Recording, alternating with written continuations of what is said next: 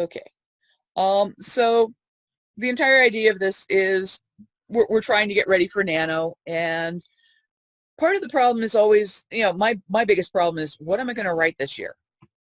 And what I did was, and this actually started off as I had this idea for a game, and I realized that I wouldn't just have to do it as a game. I could actually do this, either card layout or something like this, where I can just put in different things so that I can figure out, things I like, stories I've worked on, what genre.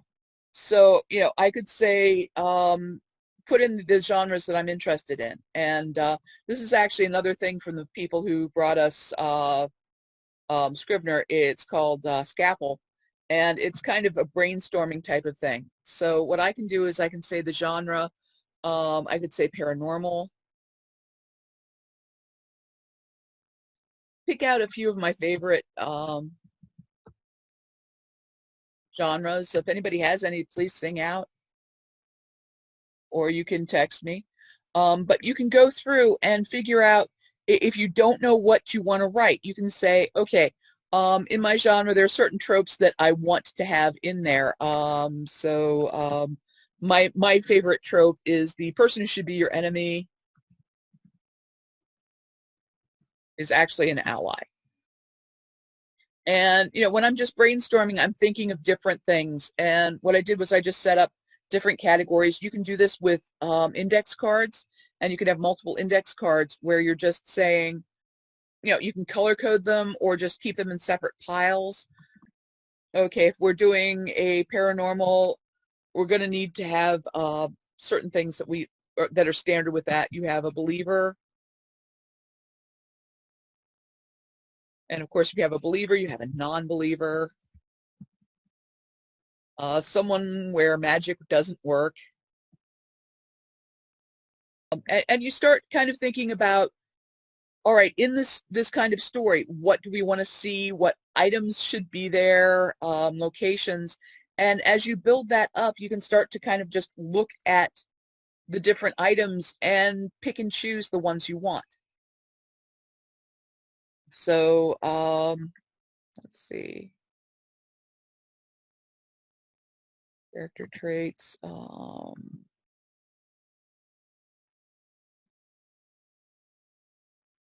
You can have somebody who's honorable and possibly too honorable. You can have somebody who's honorable or selfish, somebody who's scared or coward. Of course, you can have the heroic type. But, in my stories, the heroic type usually ends up getting themselves killed early on, and it's the person who's honorable and doesn't really want to be there who ends up carrying the story. If you're working with, say, a detective story, you'll have certain skills that people will need. Detective, IT. If there are certain actions you'd like to see in your story, certain scenes. I know when I've written a story, sometimes the story starts with a scene, and it's just a scene in my head. So you can go ahead and just, pick some scenes that you want to see. That long goodbye between lovers who are separated.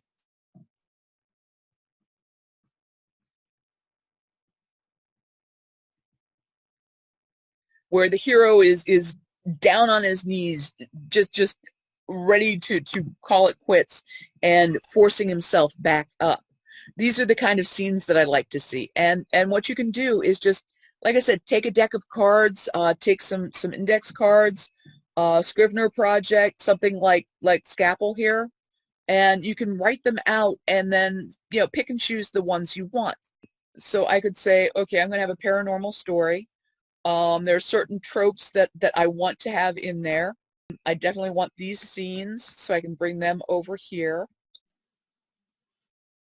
And, I can build the story up from here and see what elements I want in the story, and then take that and start developing the story from there. So is this Scalpel or whatever, is that just an app or something, or? Yeah, it's another product that they have that Literature and Latte have. If you've already bought Scrivener, you can use your 50% off if you win on Scalpel. Again, you can use something like index cards. That's what this is kind of emulating. It's just easier for me to show you on the screen with this. And I can just, randomly make cards and throw them together and pull things together to try and come up with a story idea. And it's also just easier than, trying to show you index cards on my camera. Okay, gotcha. Because you could easily do this with 3x5 index cards.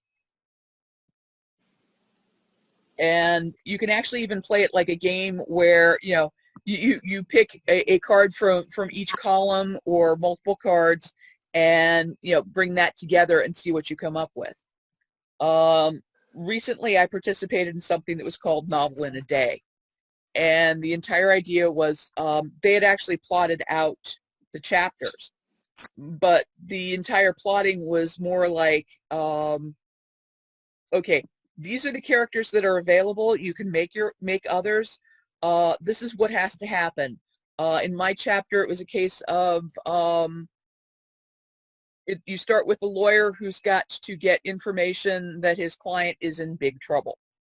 And however you want to do that, that's up to you. And then the next part you had to do was have him tell his boss what's going on and have the boss just tell him, it's okay, don't worry about it, and end with the boss in a photo op with the mayor.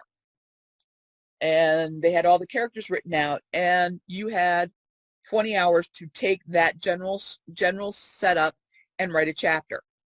And there were 4 different people doing the same chapter, and you got 4 very different takes on it.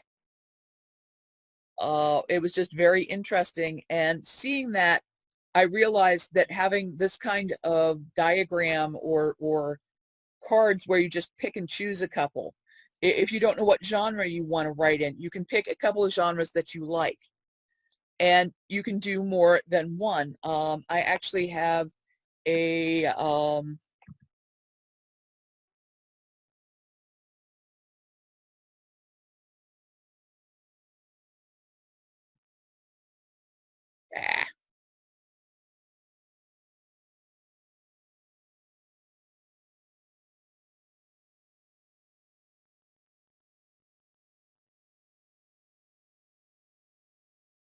and I actually came up with the idea of a police procedural paranormal romance. And, taking these things, you can actually, just with that idea, there are things that come to mind that you can start to work on. And you can come up with, just a few characters and a few scenes, and you can build off of that. And, that's why I wanted to use the idea of just having cards. Another way of doing it was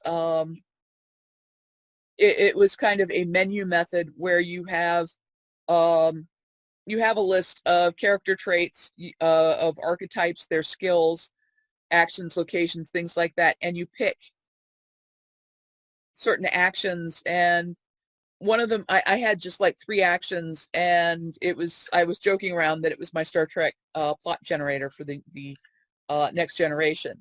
So it was, you could go with, the person who the story is about, an action, and who's doing it. And I was joking around, and I'm here like, Troy is kidnapped by aliens. Or actually, I think I actually even had it down to Ferengi. And I gave up when the scenes for the next episode came up, and it was Troy being kidnapped by Ferengi. But you can plot things out just by having a few ideas and kind of snowball it that way, instead of doing the whole nice and structured planning that I usually teach. This is a little bit like snowball, where or popcorn, where you start with a few ideas and you just branch out from there. Because, okay, if I'm going with a paranormal detective romance, I'm going to need a detective. I'm going to want somebody who's honorable. Probably have somebody who's scared. Um, it's always interesting if you have a detective who's a non-believer, and things like that, and you can build them up this way and get an idea of where you want to go. And what I'm going to do is new share. Okay. And what I did was I actually started doing the same thing in Scrivener, where you can set up a document with your characters, and you don't even have to name them. You can just say who they are, and you can start there, and then you just start building up the character that way. And when it comes to plotting, one of the things that I've done often, and let me share that one. New share, and yeah, okay. Okay, this is the big project I've been working on, which hopefully you can see. And what I've done is just, again, using the cards, I've taken this, in this case, it's a daily journal.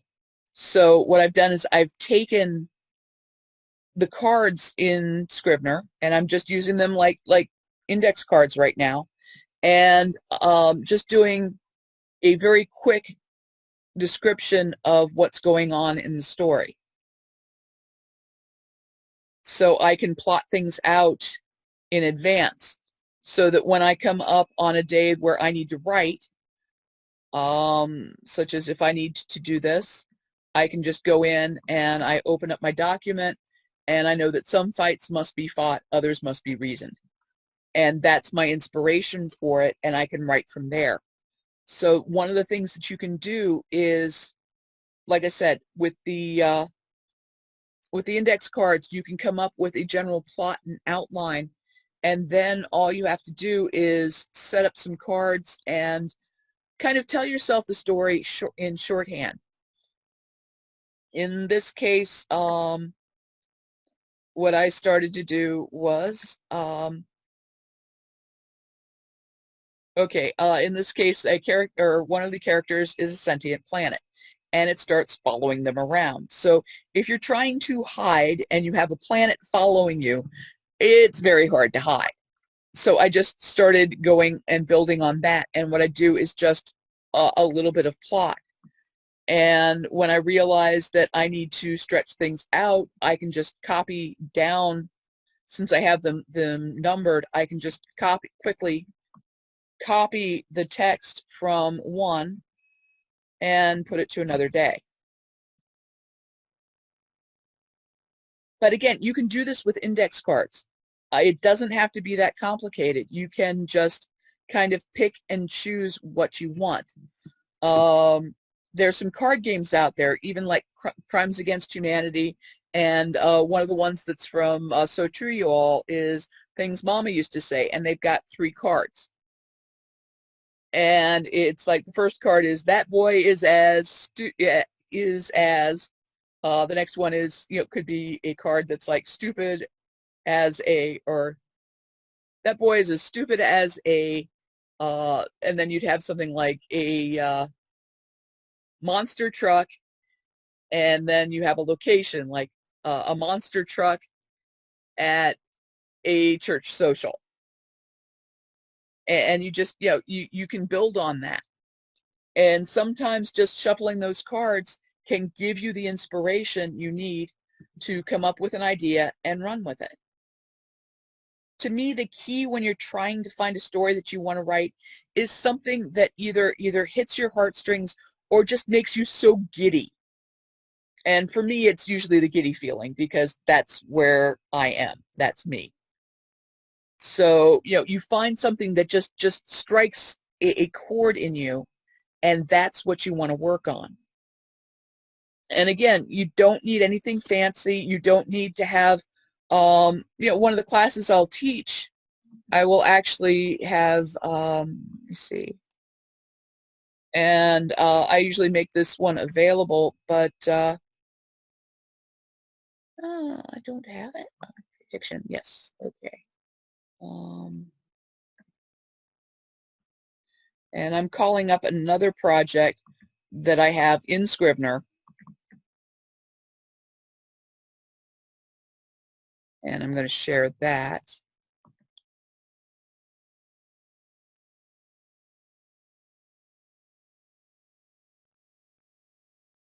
But here I have an entire thing with all the planning that you can do if you want to go with a fully structured, what kind of story you're going through, how to build the story, and figure out what plot points you want to hit and what dramatic elements you want, and you can actually work it through as a workbook.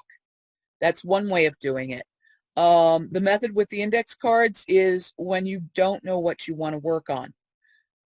You pick all the elements that you love, the things that give you joy, the things that you want to share with people, and you pick and choose them. You figure out which you want to work with, and those are your building blocks. It's like taking an entire tub of Legos and dumping it and starting to see what happens when you start putting them together. Sometimes you come up with something really cool, and sometimes you need to start over.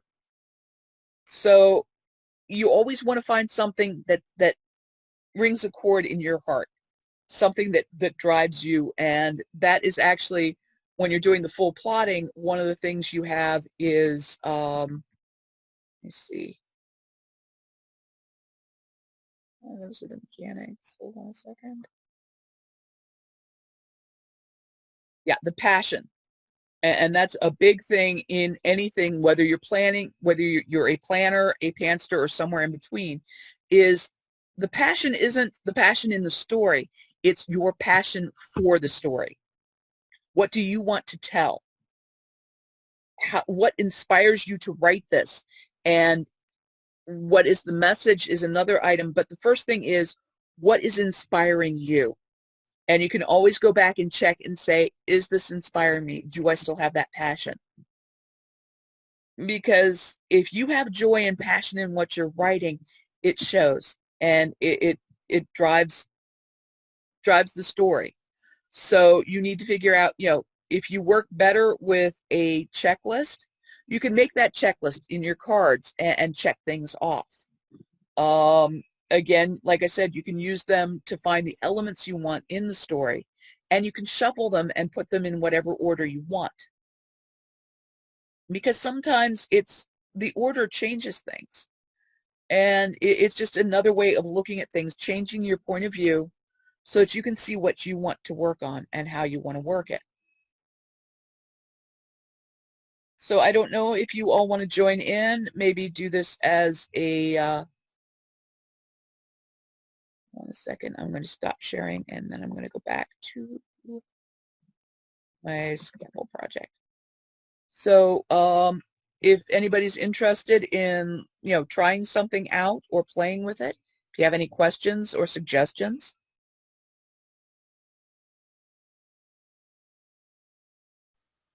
Has anybody ever tried any of the free knockoff versions of Scrivener? I'm cheap. Well, one of the things with Scrivener is the fact that during Nano they have a slightly longer period than just the 30-day trial. Okay. There are other ones that I think are free. I'd have to take a look at them because they did not work well for me. So I ended up going with something else. Okay. Because I'm teaching online. Like, I've had to totally pivot my entire career to doing virtual teaching, and so I don't think I'm going to be able to do Nano this year, just because I did last year, and it takes a lot of time, and with the hours I'm putting in teaching this year, I don't think I'm going to be able to. But I'm trying to stop being such a pantser, especially since I'm writing a couple mysteries, and you can't pants a mystery the way you can a romance. So I need something you might want to try is, instead of trying to do a novel, is go Rebel and write short stories. Okay. Short stories. yeah, short stories help a lot, and it can help you, still write and still participate, but it can be easier. I mean, I have a project that I'm going to finish.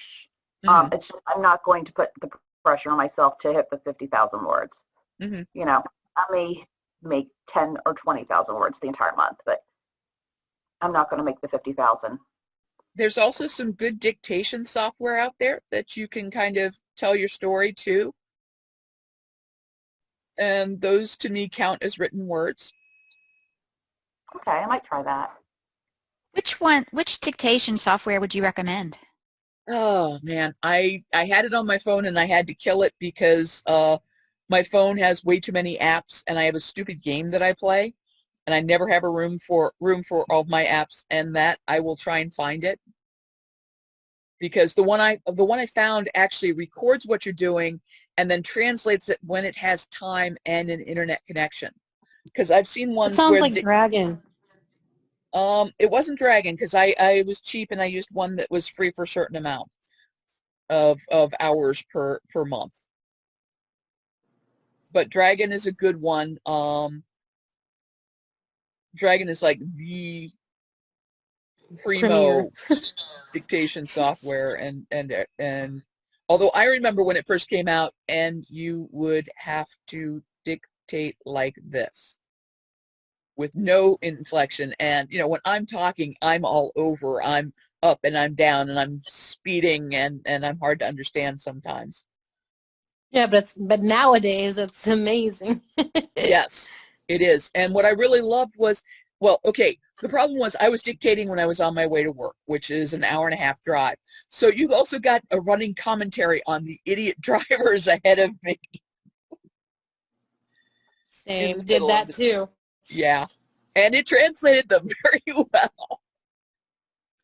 So I have a dumb question about that. When you go and do the dictation, do you have to say like any type of grammar items along the way, or are you just able to speak freely and then it puts it in there and then you go back and edit it, or how does it work?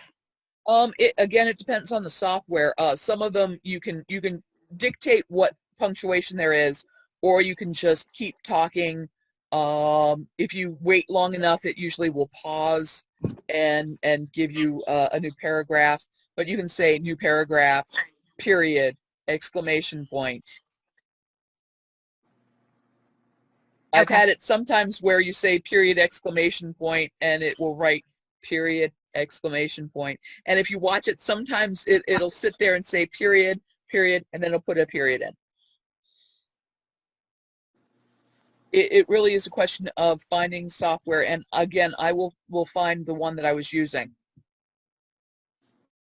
because it was good for getting the words in when I had to commute, because when I was driving to work, it's an hour and a half drive on a good day, one Oh, way. wow. So I have a lot of time to think about stories. And I sometimes don't that's miss what, that. yeah. So does anybody here not know what they're writing for Nano? Me. Or you don't know what you're writing for Nano? I have so many different stories in my head that need to get out and be written, and I don't know which one I want to work on. Yeah. I have a story that I had started before. It's book 2 in my series, and I stepped away from it for a while for personal reasons, and now when I've gone back in and read it, I'm like, ugh, I don't think I like it. So I want to take a few of that elements from that original story, but I basically think I'm going to just rewrite the story. But I like the idea of the note cards, because I can use some of what I had from the first story and kind of help continue the plot, but just make it better. Yeah. Yeah. Yeah. Well, it's one of the stories I did for Nano way back. It's a great story. The only problem is I wrote a movie. So I was doing different sides in the same scene instead of following one character through the scene, which made it confusing for people who didn't see it as a movie in their head. Yeah. So Mary, now I don't know if everybody here knows, but you've been a what do they call it, municipal leader for NaNoWriMo for years, right? Yes. For how long?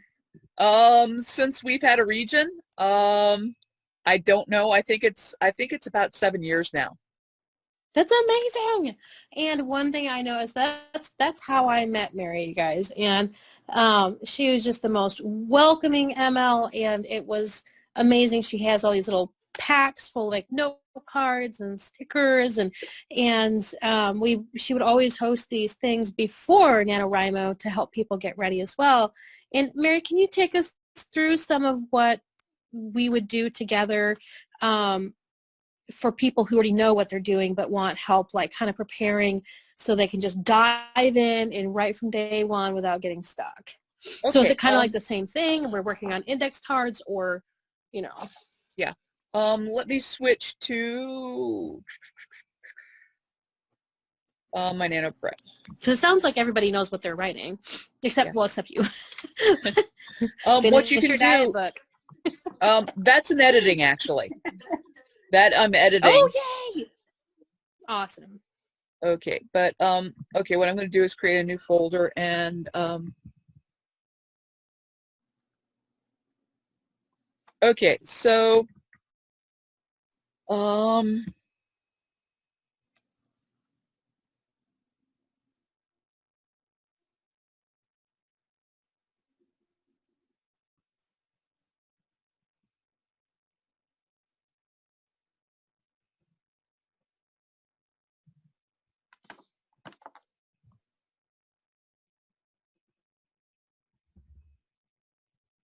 okay, this is based on the story that I was telling you about where I wrote different sides. And what I'm just doing is I'm taking the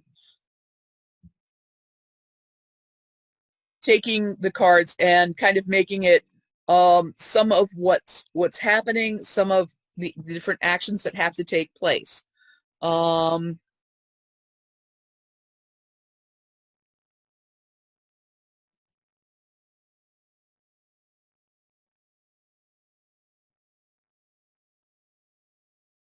So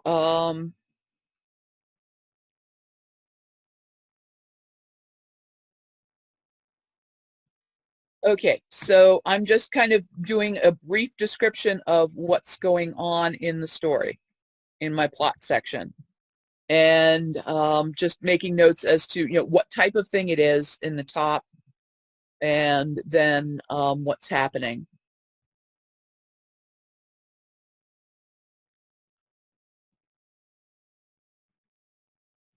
So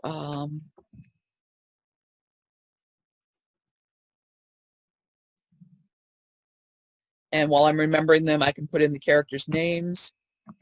And again, like I said, you can be doing this with regular cards. And I keep going back to the wrong place.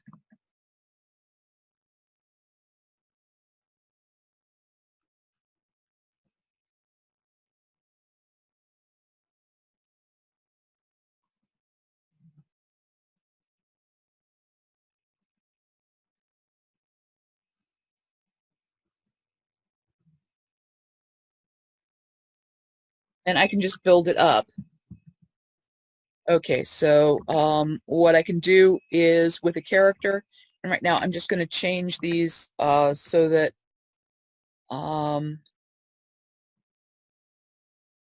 okay, and these are, if I was doing this with real index cards, I would have them as on red cards so that I can easily pull them out and see, okay, these are character cards. And what you can do to get things started is now, one of the things I'm really bad about is doing descriptions. So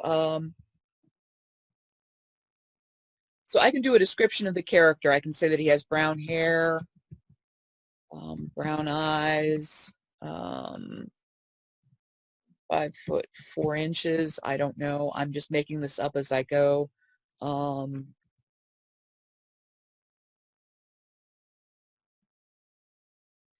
But now when I go to pull up the character, I can pick a couple of these to add to the description when I'm actually writing about them. And I can, move the cards around. And again, if you're using actual physical cards, you can bring them out and pull them out when you're working on something. If you were doing this in Scrivener, you might end up making copies of the cards so that if you're working on a chapter, you could have that as a folder instead of just having, the thing where I've got my plotting. I could have a section with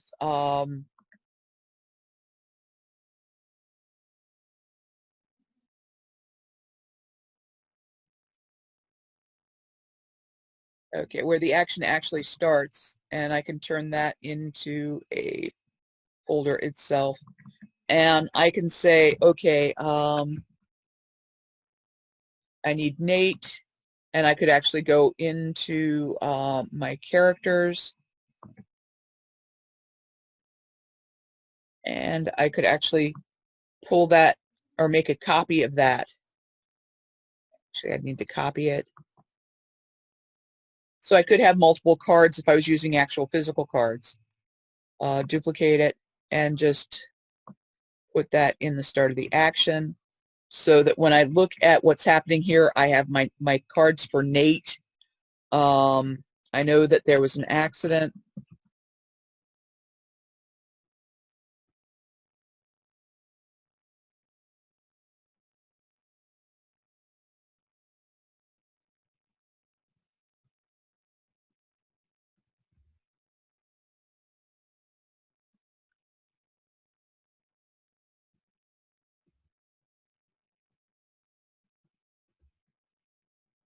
I can say that Leah had a near-death experience and is now seeing a shadowy figure.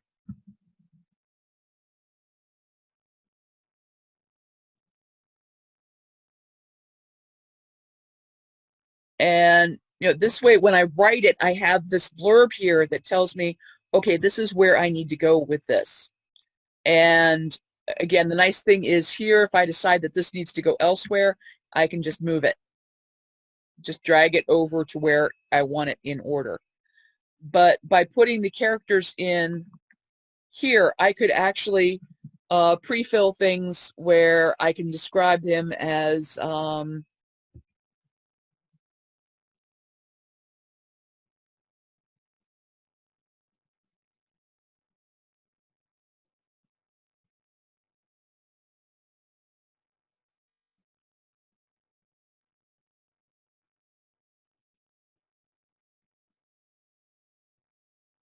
so I have that Nate is the nice guy, but his cousin Devin, girls swoon at, and so he's just kind of the joker off to the side. And these are little things that you can do before Nano. It's just a prep so that you have a sketch of the character so that you could just, like I said, pick a few things that you can describe about him and put those into the story itself.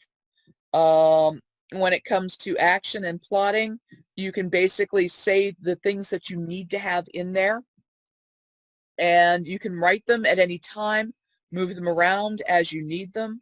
And if you're actually using cards, and if you're doing this like a police investigation, you would have a manila folder with a card attached to the front, stapled to the front, that has a checklist of what's going on in it, all the information in the folder, all the papers that are associated with it inside the folder. And that way you can just take the folder and, as you're done, you can either put it in your inbox or your outbox, you can file it, and if things come up, you can change where you put it, which is why I like Scrivener. That's the way my brain works. Again, with the index cards, you can just have those, and those can be your key points for where you need to put things. And it's also really good so you don't forget things. One of the stories I wanted to do a long time ago was one of those stories where you have like 6 different groups that are in unrelated situations and they converge on a main showdown. And I actually dropped one character because I forgot about them. And having the cards there with the individuals' names, I can sit there and say, okay, this person is with this group, he's with this group of cards. So there are a lot of different ways that you can do things with index cards, or in Scrivener itself using its index cards that way. Or again with Scapple, doing the kind of brain mapping to get things together. So let me stop my share and go back to the actual thing that I've been working on, which is my science fiction serial. In this case, I'm doing things on a daily basis. So I have all of the action that's happening here, but I also have a cheat sheet down here that is the different people that I'm dealing with, because I forget these things. So one of the things you might want to do is just have either in a project a list of names and people that you use regularly, or as soon as you introduce a character, you put them in that document so that you know who they are. And if you forget how you spell it or how you said it or anything you have on them, it's in your notes. And you can do a lot of this beforehand. In the case of the serial, I wanted to do a serial. I've done it before. It's a post a day in journal format.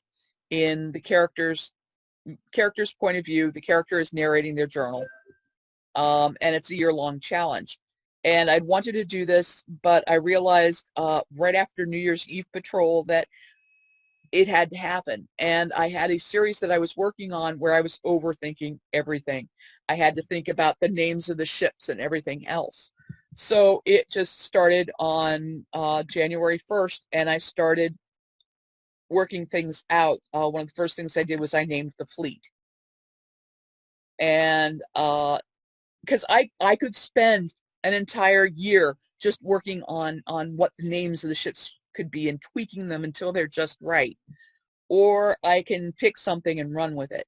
So in this case, since I was doing it as a page or a journal entry a day, I needed something to start right off. So I decided to use Norse mythology as the ship's names, and I named a couple of the other ships.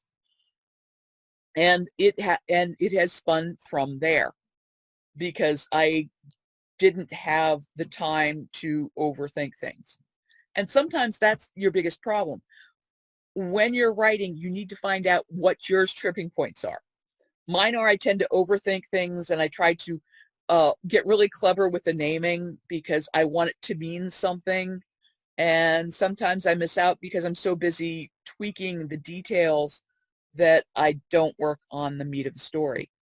And the nice thing with doing the journal is at the end of the year, right now I have over 70,000 words. And it's like I write maybe 200 words a day in the journal.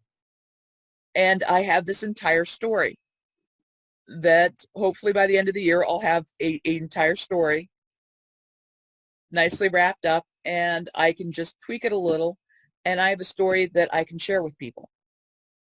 But I've also been sharing it throughout the year. And, that's kind of the different ways of plotting and using those to, I guess, work with you and find what works best for you. So, if you have things that you love, and it's finding that passion, again, because that's what will drive you through. Audrey has this beautiful exercise that she's done where, in the writer's retreat, where you pair off and you discuss things and you tell your partner why they can't stop. Because sometimes you need somebody outside of you to say, this is why you need to do this. This is why you need to tell your story. But you also need to find it within yourself to say, why do I want to do this? Why do I keep doing this to myself? And you work through it, and you find methods that work for you. And I was lucky that I chose to do the journal story this year, because with the way life has been this year, the main writing I get done is through the journal. Any questions or comments? Thoughts? I'm really glad you brought that up, Mary. And then, did you see Vicky's questions in the chat? No, because I was busy. No, yeah. Yeah. Where are we? Where are we? More. Chat. Yes. Okay.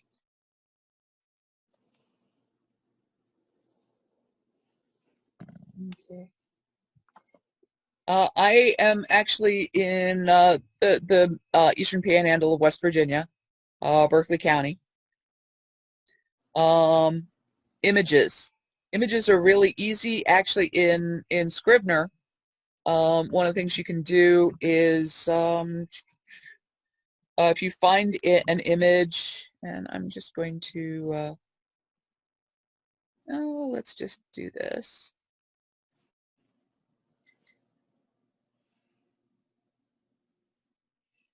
Okay. I'm actually taking a snapshot of the chat.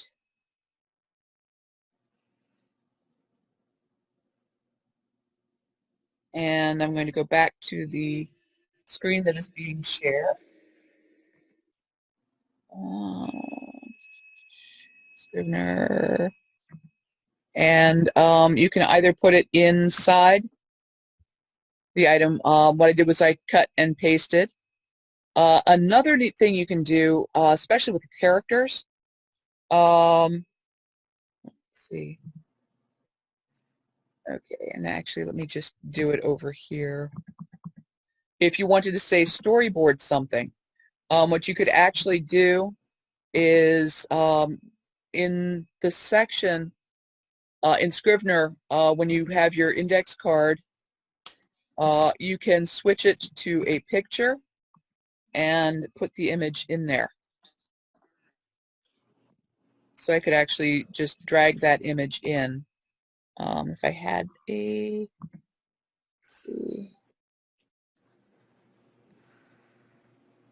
Okay.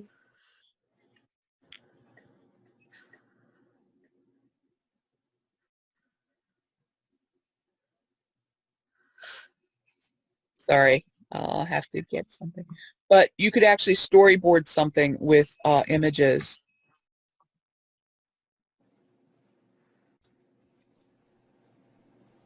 So you could actually do scouting locations and put those on your cards.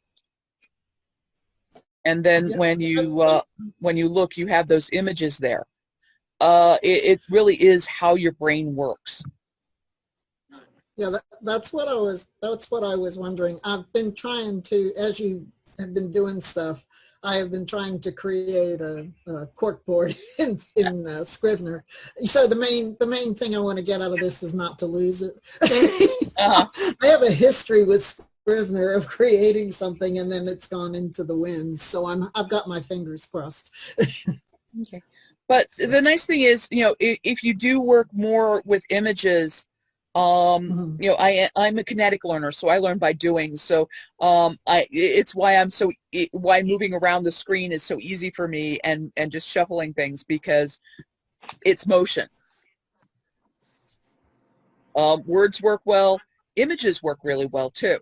And again, like I said, you could storyboard something so you have the pictures instead of the words, and then you fill in the details there.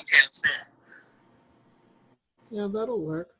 When you first put up your dates, I thought they were, I thought you had done a timeline for your book. So when you said, then I realized that this was your day, this was your prep for every day, you know, your daily workload that you do during Nano. And I thought, well, that's kind of an interesting way of doing this. I didn't even think about that. I just thought, oh, that's cool. I never thought about doing the timeline.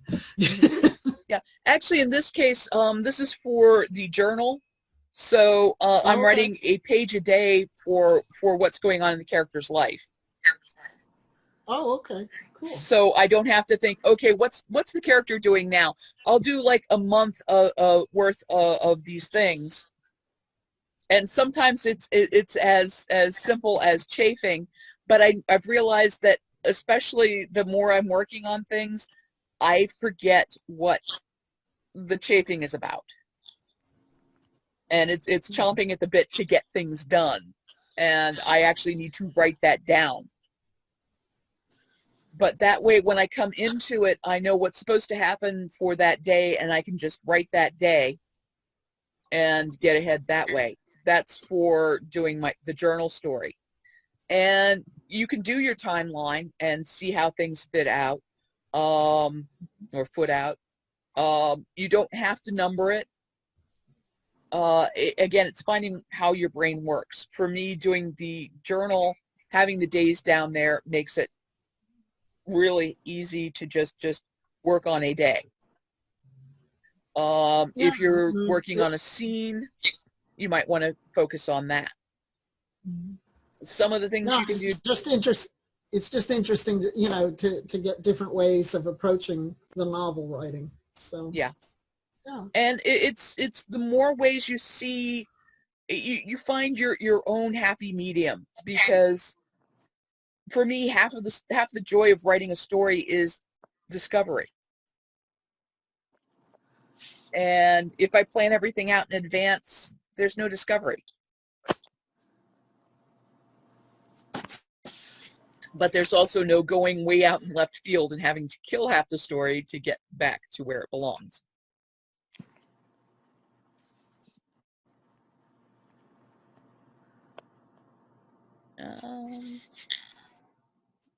Anything else? Any questions? Any suggestions? Maybe we could go through and everybody could share what they're working on for November, like if they already know their project. What do you think about that, Mary? And then kind of help people maybe tell us about your project, and then if you're having any nerves about it or you're worried about whether or not you're prepared enough, and Mary's really good at helping people prepare based on their unique needs. So what do you think of that, Mary? Sounds good to me. Awesome. Who wants to go first?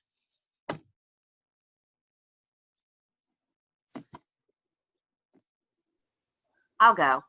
Yay. I have one or two things I'm going to do. Last year for NaNoWriMo, I did a middle grade mystery, which I'm turning into a series where the main character is on the autism spectrum. She has Asperger's, or what was formerly known as Asperger's. And because of her brain, she's able to solve mysteries that other people miss.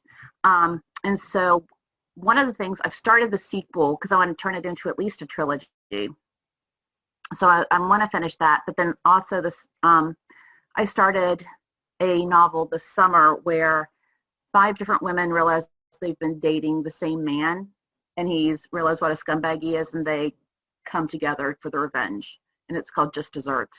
And just realize that, you know, just kind of a woman empowerment and, you know, and sisterhood story. So.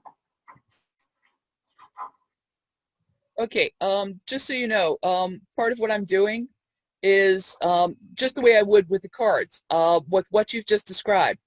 I've put those down so that I have them in front of me. Mm-hmm. And this may or may not work for you, is just to start kind of words that actually mean something to you and are associated with this.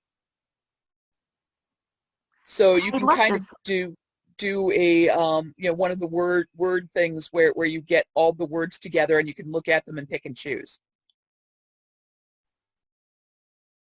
I like that idea. And I remember you talking about that mystery, and I do want to read those. Well, for the first one right now, I'm trying to decide. I have my first novel coming out in January, Allegheny Front. It's a romance, and I'm trying to decide if I want to go with the same publisher for the Ask Me Girl series, or if I want to try to get a publisher that's more geared towards children's stories. Mm-hmm.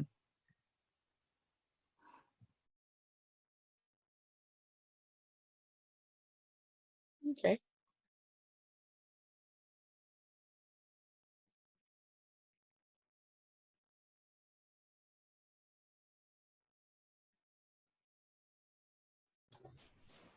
I basically set in on a workshop, I guess, about 2 weeks ago where it was really intense, and it was an all-day thing where we just took an idea and we went through the basic, like Act 1, Act 2, Act 3, turning points, critical scenes, whatever, and kind of got a general layout of what the idea of the story and what I wanted to do now before the writing started, which is why I was like watching you use the cork board and everything, because I actually want to do that because I like the storyboard this way.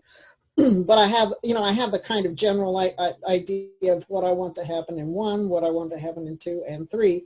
But now I want to break that down into just not in depth, but just what each potential, what the potential scenes are that are in my head, and also to build up the characters so that when I go to write, I don't plot it out in detail, but I do a combination of pantser versus plotting, if I know what the story is in my head.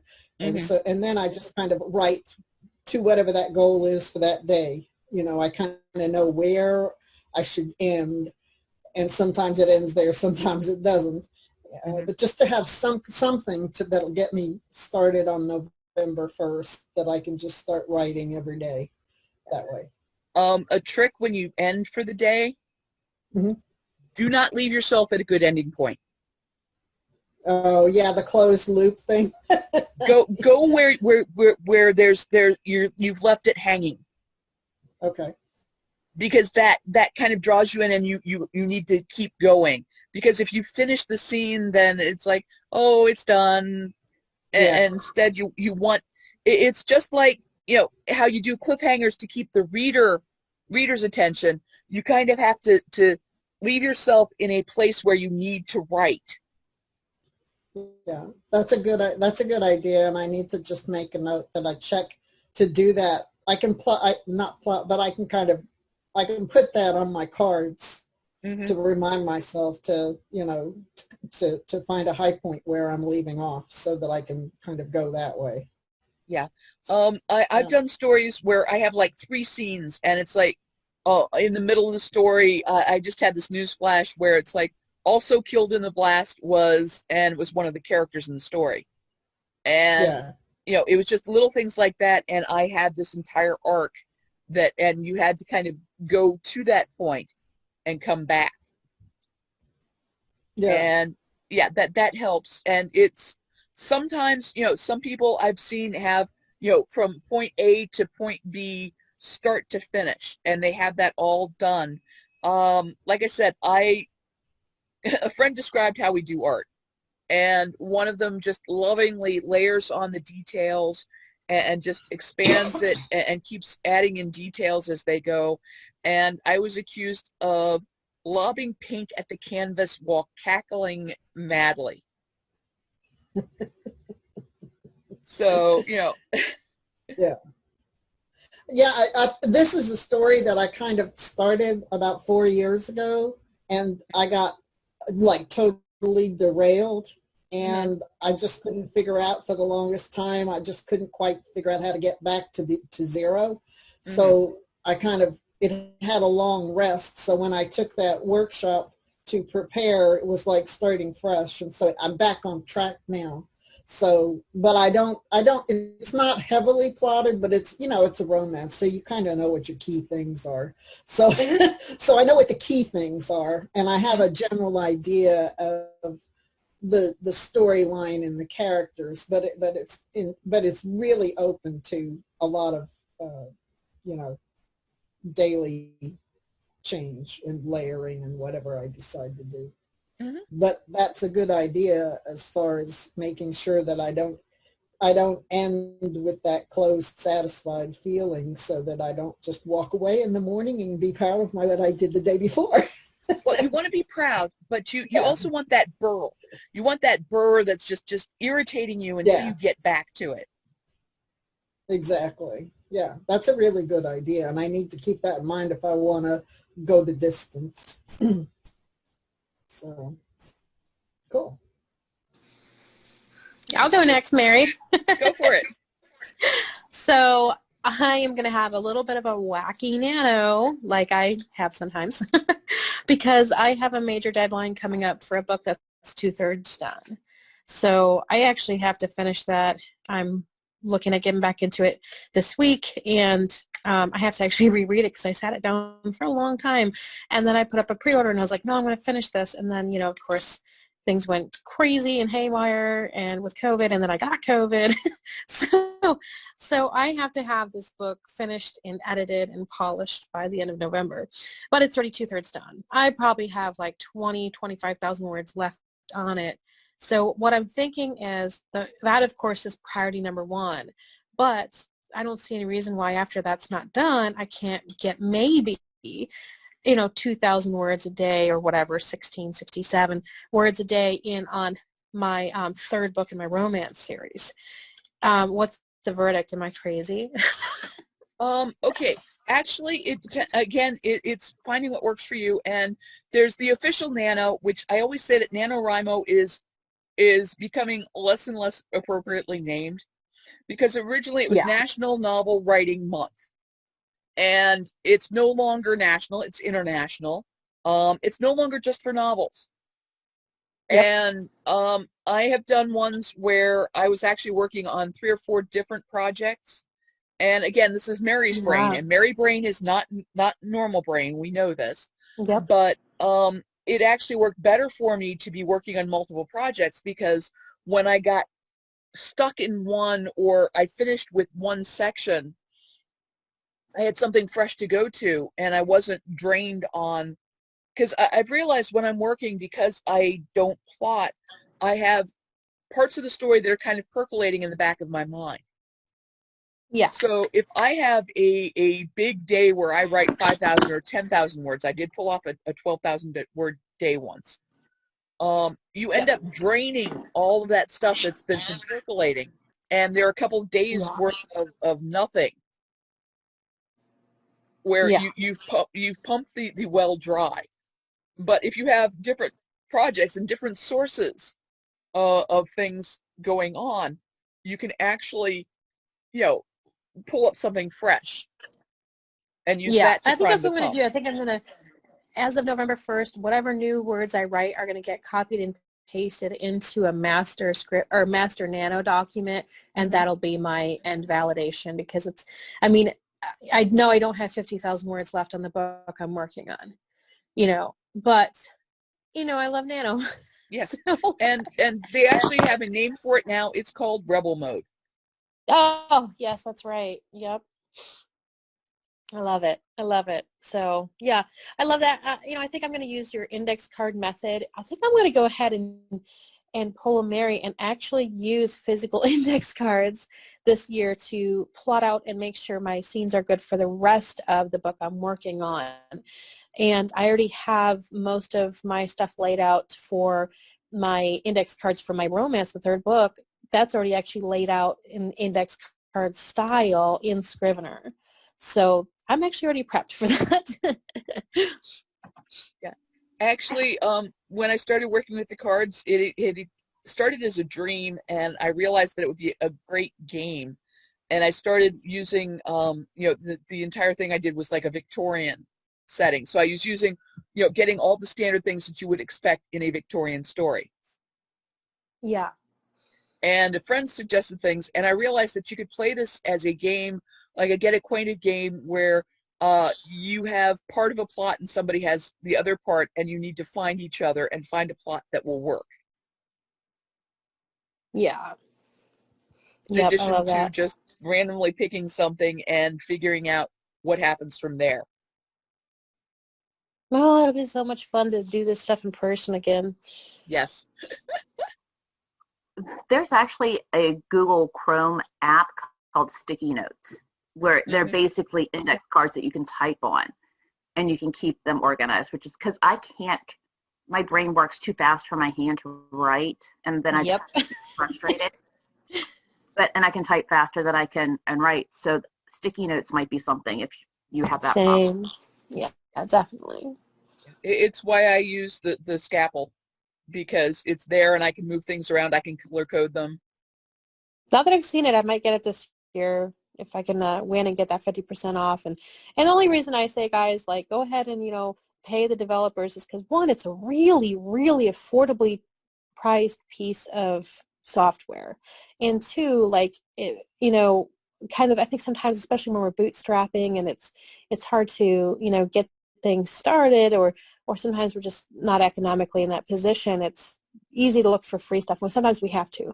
But for me personally, I feel like, well, I wouldn't want someone going around and trying to find my book for free versus paying me $3 for all the work I put into it, you know. And like these coders, these developers, they work their tails off consistently creating updates and patches and making a beautiful piece of software based on user feedback. And I wouldn't want to write a book on a piece of software that, like, and I expect to get paid for that book and then not pay for the software.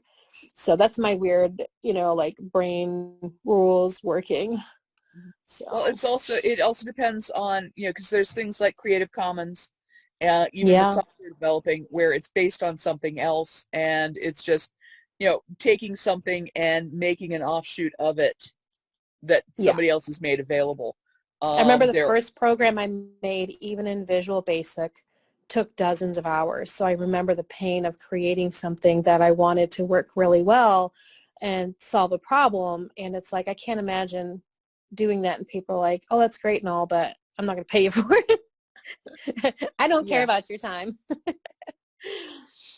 But yeah, so anyway, but yes, Scrivener just doesn't work for everybody. And I certainly don't use it to its fullest extent, but I really love the drag and drop of the cards on the corkboard. And my cards, I write in scenes, so I can plot out my scenes, or my romancing the beat. I take the beats and I create them in little index cards, and then I fill out the basis of the scene based on those beats, and then that's how I write, and it helps so much just to be able to use Scrivener just for that. Again, I don't use it to the full extent. Mary is the Scrivener wizard, but I really love what I can do when I want to, and when I really need my characters right there, I can go to Google, get some images, because I'm not going to use them for business purposes or marketing or anything like that, but get some images of what I think my characters look like, and put them together so they're right there next to me on the screen while I write. And that really helps. Scrivener just is fun for that, but sometimes that doesn't work for you. Sometimes it's a Word document or Google Docs or index cards plus some of these other tools. And I'm a big believer in tools because, well, like I said, nobody's brain works the same as everybody else's, and you find what works for you. Yep, that's right. That's right. I do a combination of handwriting when I'm starting to plot something out, and then once I have my rhythm, I go completely digital. I won't even finish it by hand, because the handwriting first helps me kind of work out where things are going and get a feel for the atmosphere, the tension, or the conflict between the characters. So, you know, combinations of lots of things can really help. So let's see. But yeah, so I knew I asked the right person about doing multiple projects for Nano. I saved that special question just for you. But yeah, no, it's always interesting. We got to roll with the punches, right? Yes. And my big advice for anybody who's doing Nano is, do not let it overwhelm you. It's stupid numbers. The big thing is you are writing. And that's the important thing is, you know, this is a gift you give yourself. It's a challenge to get it done. And I mean, the novel in a day thing was crazy. And it was really weird how, you know, some people, you know, I was talking to other people, and the story, one of the things they said was it takes place in 1991. And I did everything with 1991 except the tech. And I realized that, and I had to go back and change a few things. But then I go back, and when I read the entire book that was put together with my chapter, you know, you had people who were very careful about making it 1991, and then you had people where it was 2020. Yeah.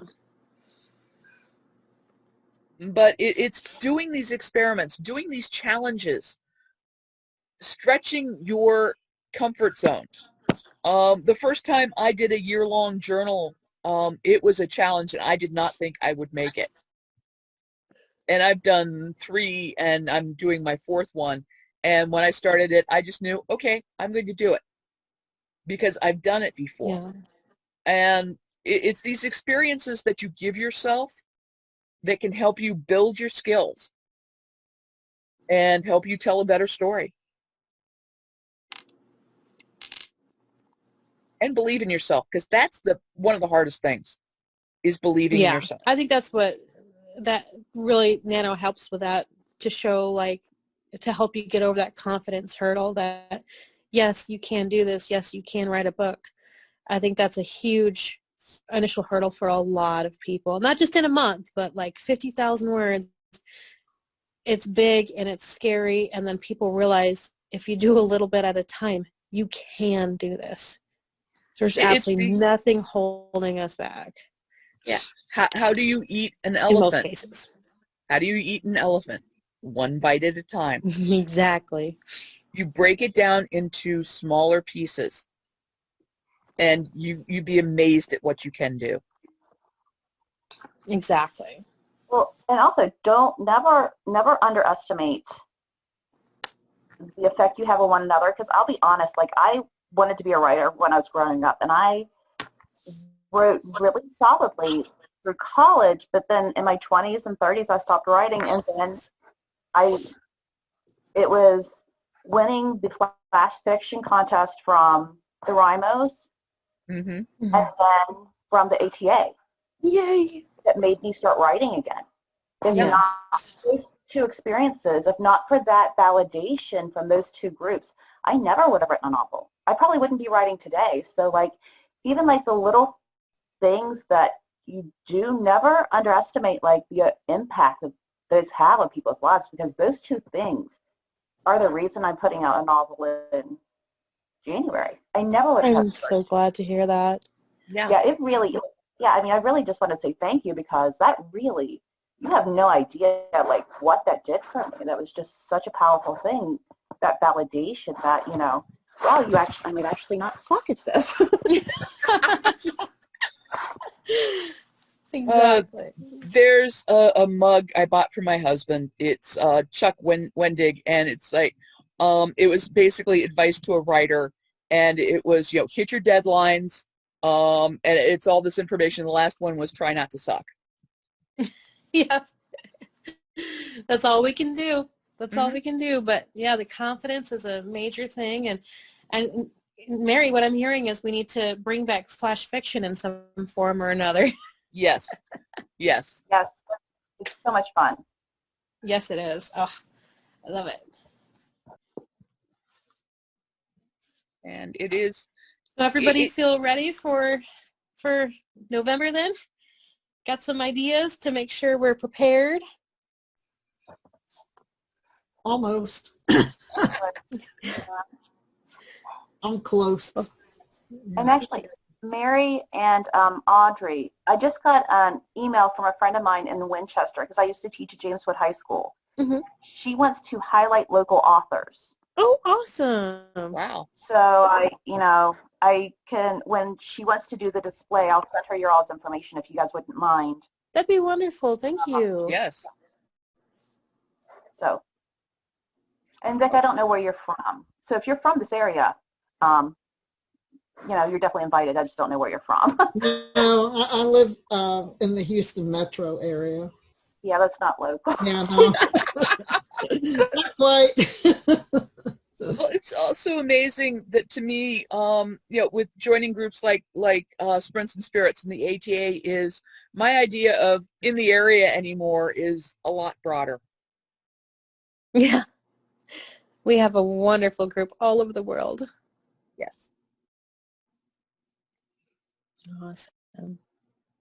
Well, and I'm also thankful, Mary, that you could do this tonight, because that gives us a week to put into action the things you've gone over with us and shown us, and to get those, ideas really flowing, and then put it into action with preparing and finishing to prepare for November, because sometimes that can make or break your November is, you know, if you really take the time to sit down and think about how things are going to go, so you can just write instead of, sometimes I would get to like 25,000 words and hit the wall and just like, I don't know where this is going. I'm too deep.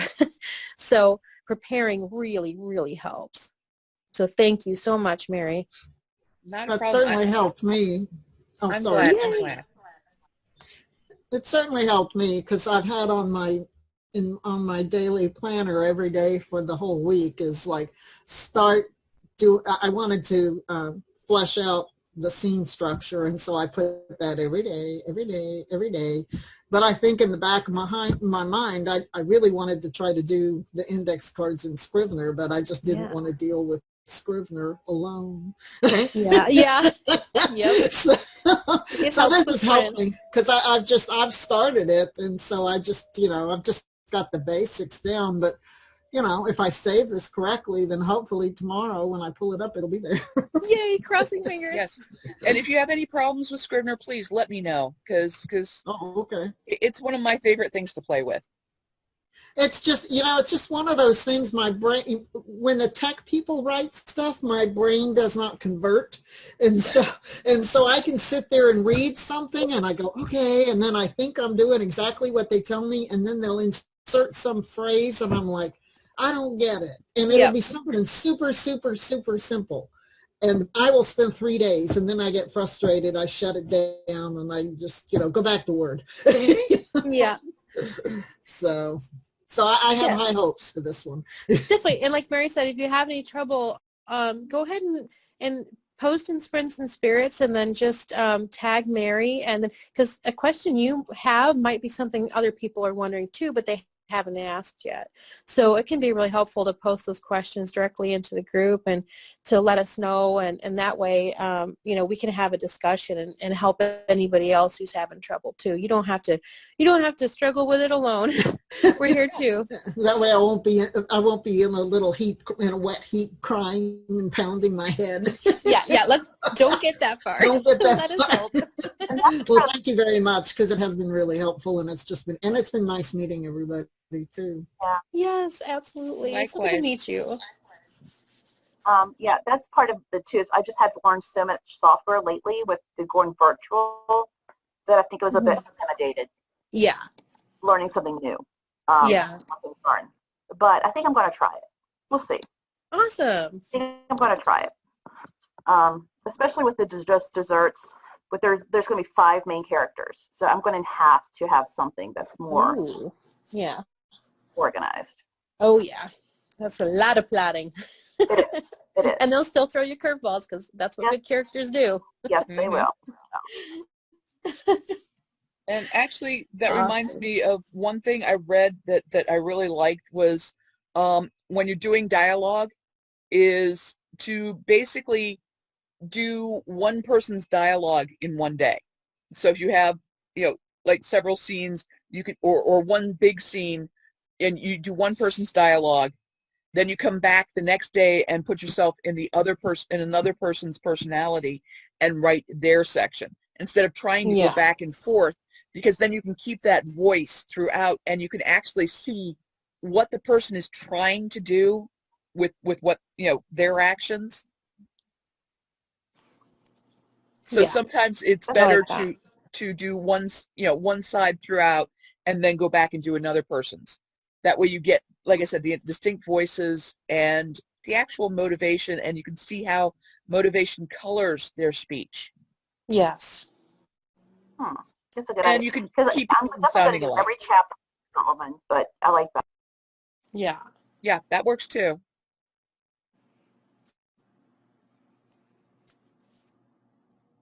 But yeah, in case you haven't noticed, you can get Mary to talk about just about anything for a long time.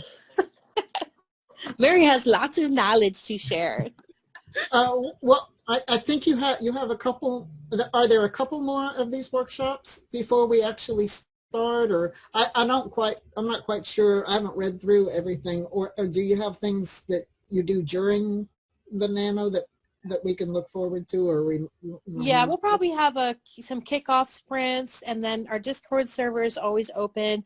And then we're definitely going to have more Saturday sprints and Sunday sprints and things like that. And I'm going to try to set up rooms that are always open on Google Hangouts, so you can come in, sprint if you know you need to focus and you want to sprint with other people. Or, like I said, the Discord server. That way you still have quiet, but you can keep track and collaborate with your sprinting. And then we'll definitely do something through NaNoWriMo. I'm just getting better in the last couple days. I've been sick with COVID. It was really bad for 3 weeks. So, I'm kind of coming out of my haze here. So, but I'll get some things set up for November so we can keep each other motivated and going through the nice, wonderful, fun, tough month.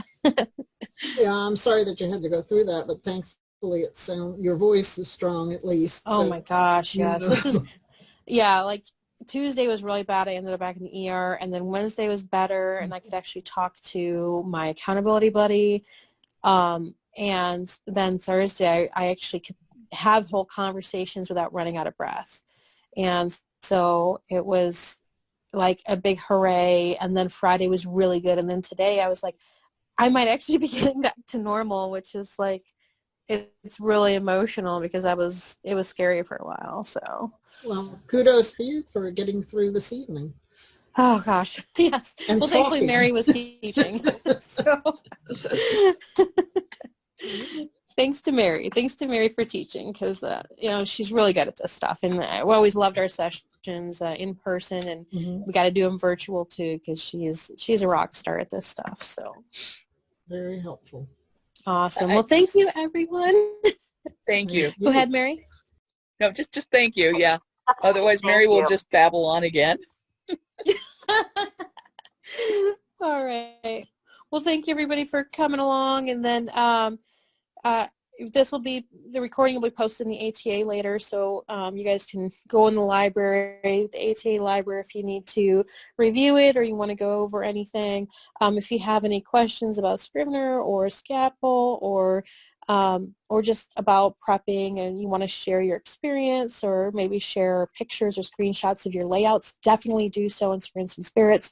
We want to see that stuff and cheer you on and pat you on the back for your hard work. So.